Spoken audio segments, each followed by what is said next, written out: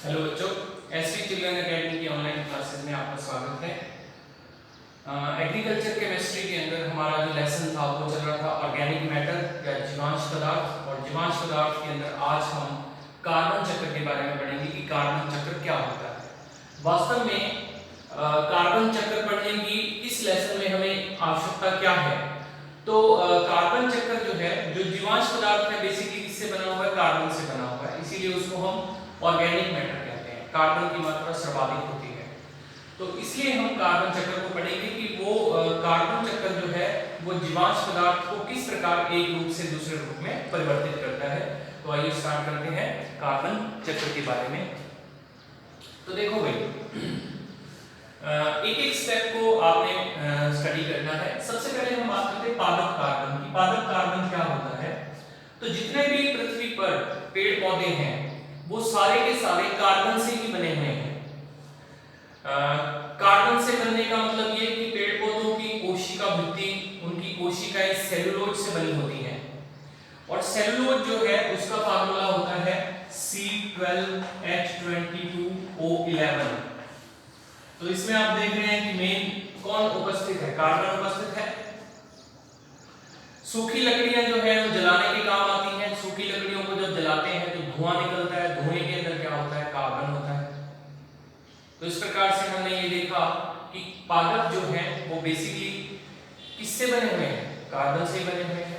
तो पादपों के अंदर जो कार्बन उपस्थित है वो उसको हम क्या कहेंगे? पादप कार्बन। पादप कार्बन के बाद में ये कार्बन जब है, जब इसको जीव ग्रहण कर लेते हैं। पादपों को कौन खाता है? जीव खाते हैं। जैसे कि ऐसा कहा जाता है कि मनुष्य अपना भोजन कहां से प्राप्त करते हैं? पौधों से प्राप्त करते हैं। तो पौधों को जब हम ग्रहण करेंगे भोजन के रूप में, चाहे वो गेहूं के रूप में है, चाहे चावल के रूप में है, या किसी और रूप में है, सब्जियों के रूप में है, तो वो जो पादप कार्बन होगा वो क्या होगा? हमारे शरीर के अंदर चला जाता है। तो जंतुओं में जो कार्बन उपस्थित हुआ, जो पादपों से पहुंचा, उसको हम क्या नाम दिया? हमने जंतु कार्बन। जंतु कार्बन जो है, अब जंतु जो है वो उस कार्बन का क्या करते हैं? तो जब श्वसन की क्रिया होती है, जब श्वसन की क्रिया होती है तो श्वसन में हम कौन सी गैस छोड़ते हैं? हम ऑक्सीजन गैस ग्रहण करते हैं। और जब हम श्वसन छोड़ते हैं तो कौन सी गैस छोड़ते हैं? Carbon dioxide. तो कार्बन डाइऑक्साइड जंतु, ये देखो जंतु कार्बन, जंतु श्वसन होता है फिर, और जंतु श्वसन के दौरान ये किस में बदल जाती है? कार्बन डाइऑक्साइड में बदल जाती है। क्लियर? जब ये डाइऑक्साइड कार्बन डाइऑक्साइड में बदल जाती है तो ये कार्बन डाइऑक्साइड जो है फिर इसका अलग से एक चक्र स्टार्ट होता है। इसको हम अभी डिस्कस करेंगे। पहले अपने ये देखते हैं कि पादप कार्बन जंतु कार्बन में बदला, इसके अलावा क्या होता है? तो पादप कार्बन जो है इसके अलावा एक और रिएक्शन चल रही है, ये देखिए। पादप जो है जब वो नष्ट हो जाते हैं या मृत पौधे होते हैं, वो धीरे धीरे क्या होता है कि उनका अपघटन होता है और वो मृदा में मिल जाते हैं। जैसे कोई पौधा टूट कर गिरा, उसकी पत्तियां जो हैं वो भूमि में मिल जाएंगी, और धीरे धीरे भूमि के अंदर वो क्या हो जाएंगी? विघटन हो जाएगा उसका।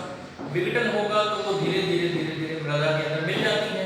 तो ये देखिए, पादप कार्बन जो है मृदा जीवांश पदार्थ, सूक्ष्मजीवी कोशिकाएं और सड़े गले अवशेष जो हैं उनके अंदर भी परिवर्तित हो जाता है। क्लियर है? उनके अंदर भी ये परिवर्तित हो जाता है। तो एक इसका स्टेप ये है। फिर इसके बाद में पादप जब श्वसन होता है, जब पादप श्वसन होता है, पादप कार्बन जब श्वसन क्रिया करते हैं तो उस श्वसन क्रिया के अंदर भी कार्बन डाइऑक्साइड गैस जो है वो भी निर्मित होती है। ठीक है? पादप श्वसन के ही अंदर कार्बन डाइऑक्साइड गैस को ग्रहण कर लिया जाता है। ठीक है? तो ये देखिए, ये CO2 बनी, इसको कौन ग्रहण कर रहा है? पादप। पादप कार्बन को ग्रहण कर रहा है। और कुछ पादप ऐसे होते हैं जो कार्बन डाइऑक्साइड गैस छोड़ते हैं, तो वो रिलीज भी हो रही है यहाँ पर। ठीक है? तो ये देखिए एक सर्कल बन गया। पादप कार्बन को किसने ग्रहण किया? जंतुओं ने।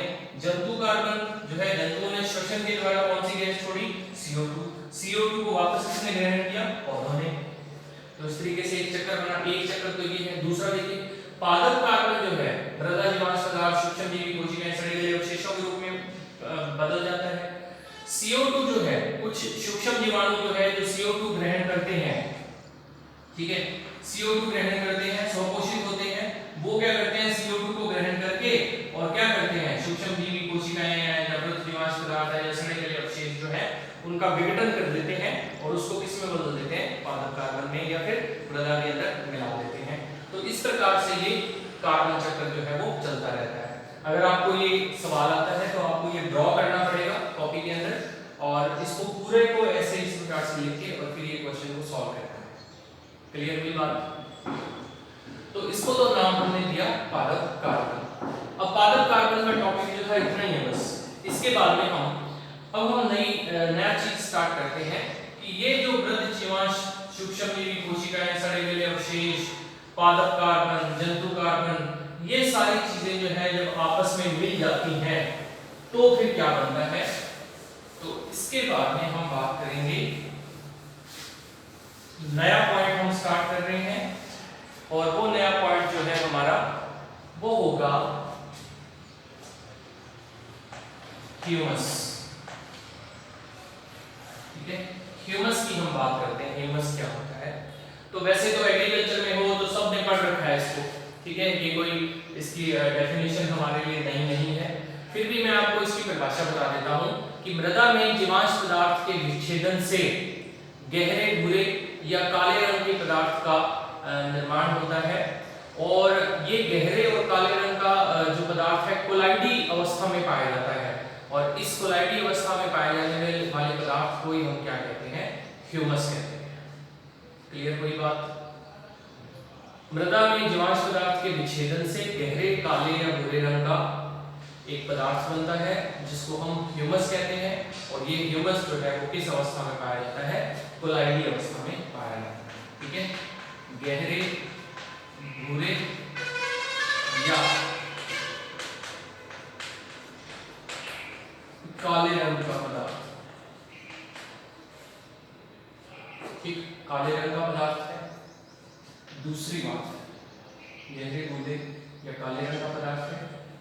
दूसरा, किस अवस्था में है? कोलाइडी अवस्था में है। ठीक है, कोलाइडी अवस्था के अंदर है और कोलाइडी अवस्था के अंदर ये क्या होता है? मृदा के अंदर मिक्स रहता है और आपने देखा होगा कि मृदा, कुछ मृदाएं इस प्रकार की होती हैं जिसमें वनस्पति का सड़ा गला अंश मिला रहता है, तो वो भूमि जो है काले रंग की होती है। वो काला रंग जो है वो ह्यूमस के कारण ही उस भूमि के अंदर पैदा होता है। तो ह्यूमस के बारे में हम पढ़ेंगे, ये हमारा नेक्स्ट टॉपिक है ह्यूमस। अब ह्यूमस के अंदर जो पाए जाने वाले पदार्थ हैं उनको ह्यूमिक पदार्थ कहा जाता है। क्या कहा जाता है? ह्यूमिक पदार्थ।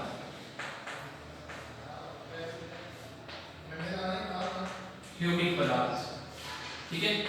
ह्यूमिक पदार्थ जो है वो तीन प्रकार के अलग अलग भागों के अंदर उसको क्लासिफाई किया जाता है, वर्गीकृत किया जाता है, या हम ऐसे कह सकते हैं कि ह्यूमिक पदार्थ में तीन प्रकार के अंश पाए जाते हैं। ठीक है, तो वो तीन प्रकार के अंश कौन कौन से हैं? सबसे पहला फॉलिक एसिड या फॉलिक अम्ल। इसके अलावा दूसरा इसके अंदर होता है ह्यूमिक अम्ल।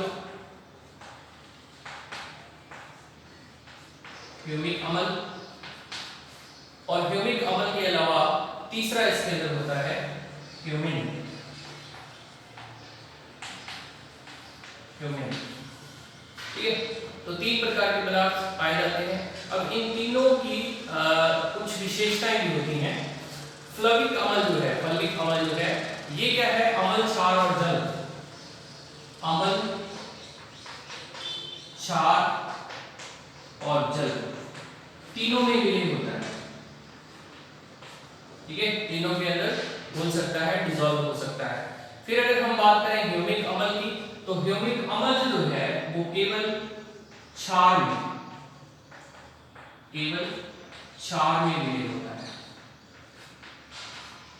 और ह्यूमिन जो है, ह्यूमन ना अम्ल में विलीन होता है ना क्षार में विलीन होता है।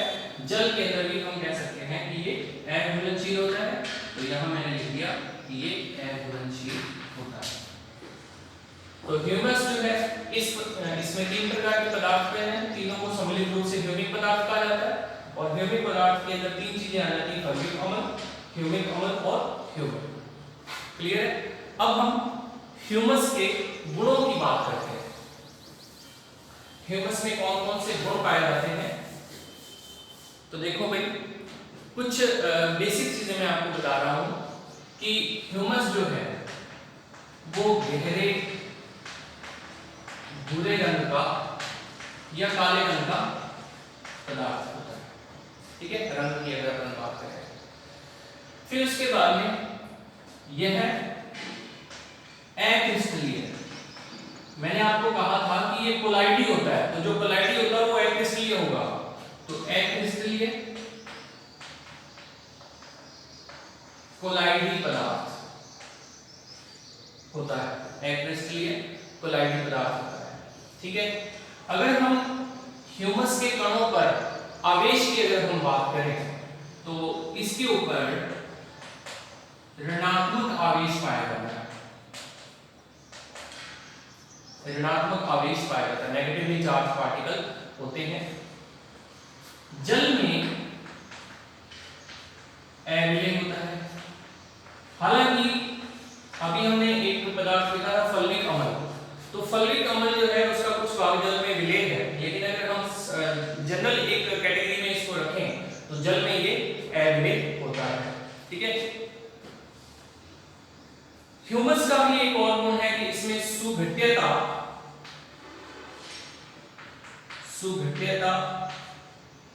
और संसंजन कम होता है। ठीक है, सुघट्यता और संसंजन जो है वो कम होता है। फिर जल धारण क्षमता जो है वो इसकी अधिक होती है। ठीक है, जल के साथ ये बंध बना के और जल को एक जगह पर रोक कर रखता है, ह्यूमस की खासियत होती है। फिर प्रवृत्ति जो है इसकी अम्लीय होती है और इसके अंदर सिकुड़ने तथा फैलने का गुण पाया जाता है। सिकुड़ने और फैलने का गुण पाया जाता है। और फिर अगर लास्ट की बात करें हम तो यह जलग्राही प्रकार का होता है। ठीक है, तो ये बात हुई ह्यूमस के बारे में। ठीक, गहरे भूरे रंग का या काले रंग का पदार्थ है। अक्रिस्टलीय कोलाइडी पदार्थ है। कोलाइडी पदार्थ वो होते हैं जिनके कणों का आकार जो है 1 नैनोमीटर से 100 नैनोमीटर के बीच में होता है। 1 नैनोमीटर से जो कम के पदार्थ हैं वो वास्तविक द्रव होते हैं। 100 नैनोमीटर से ज्यादा के जो पदार्थ जो द्रव हैं वो निलंबन होते हैं।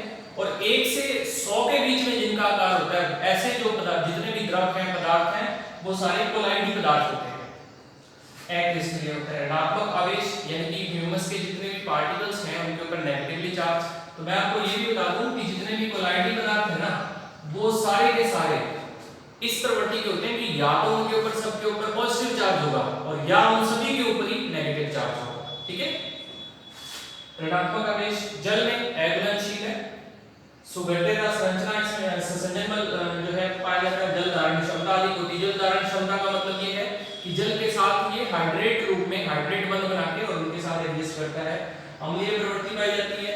सिकुड़ने तथा फैलने की, इसका मतलब ये हुआ कि इसमें नए बंध जो पुराने बंध टूटते हैं नए बंध बन सकते हैं, तो ये गुण इसके अंदर पाया जाता है और ये जलग्राही प्रकार का होता है। तो ये मैंने आपको इसके भौतिक गुण बता दिए हैं, या आप ये सोचो कि इसके जो सामान्य गुण हैं वो हमने इसमें डिस्कस किए हैं। नेक्स्ट वीडियो के अंदर मैं आपको इसके रासायनिक गुण बताऊंगा कि रासायनिक रूप से ह्यूमस के अंदर कौन कौन से गुण पाए जाते हैं। तो ये आपका टॉपिक आज के लिए इतना काफी है। नेक्स्ट वीडियो के अंदर हम लोग ह्यूमस के रासायनिक गुणों के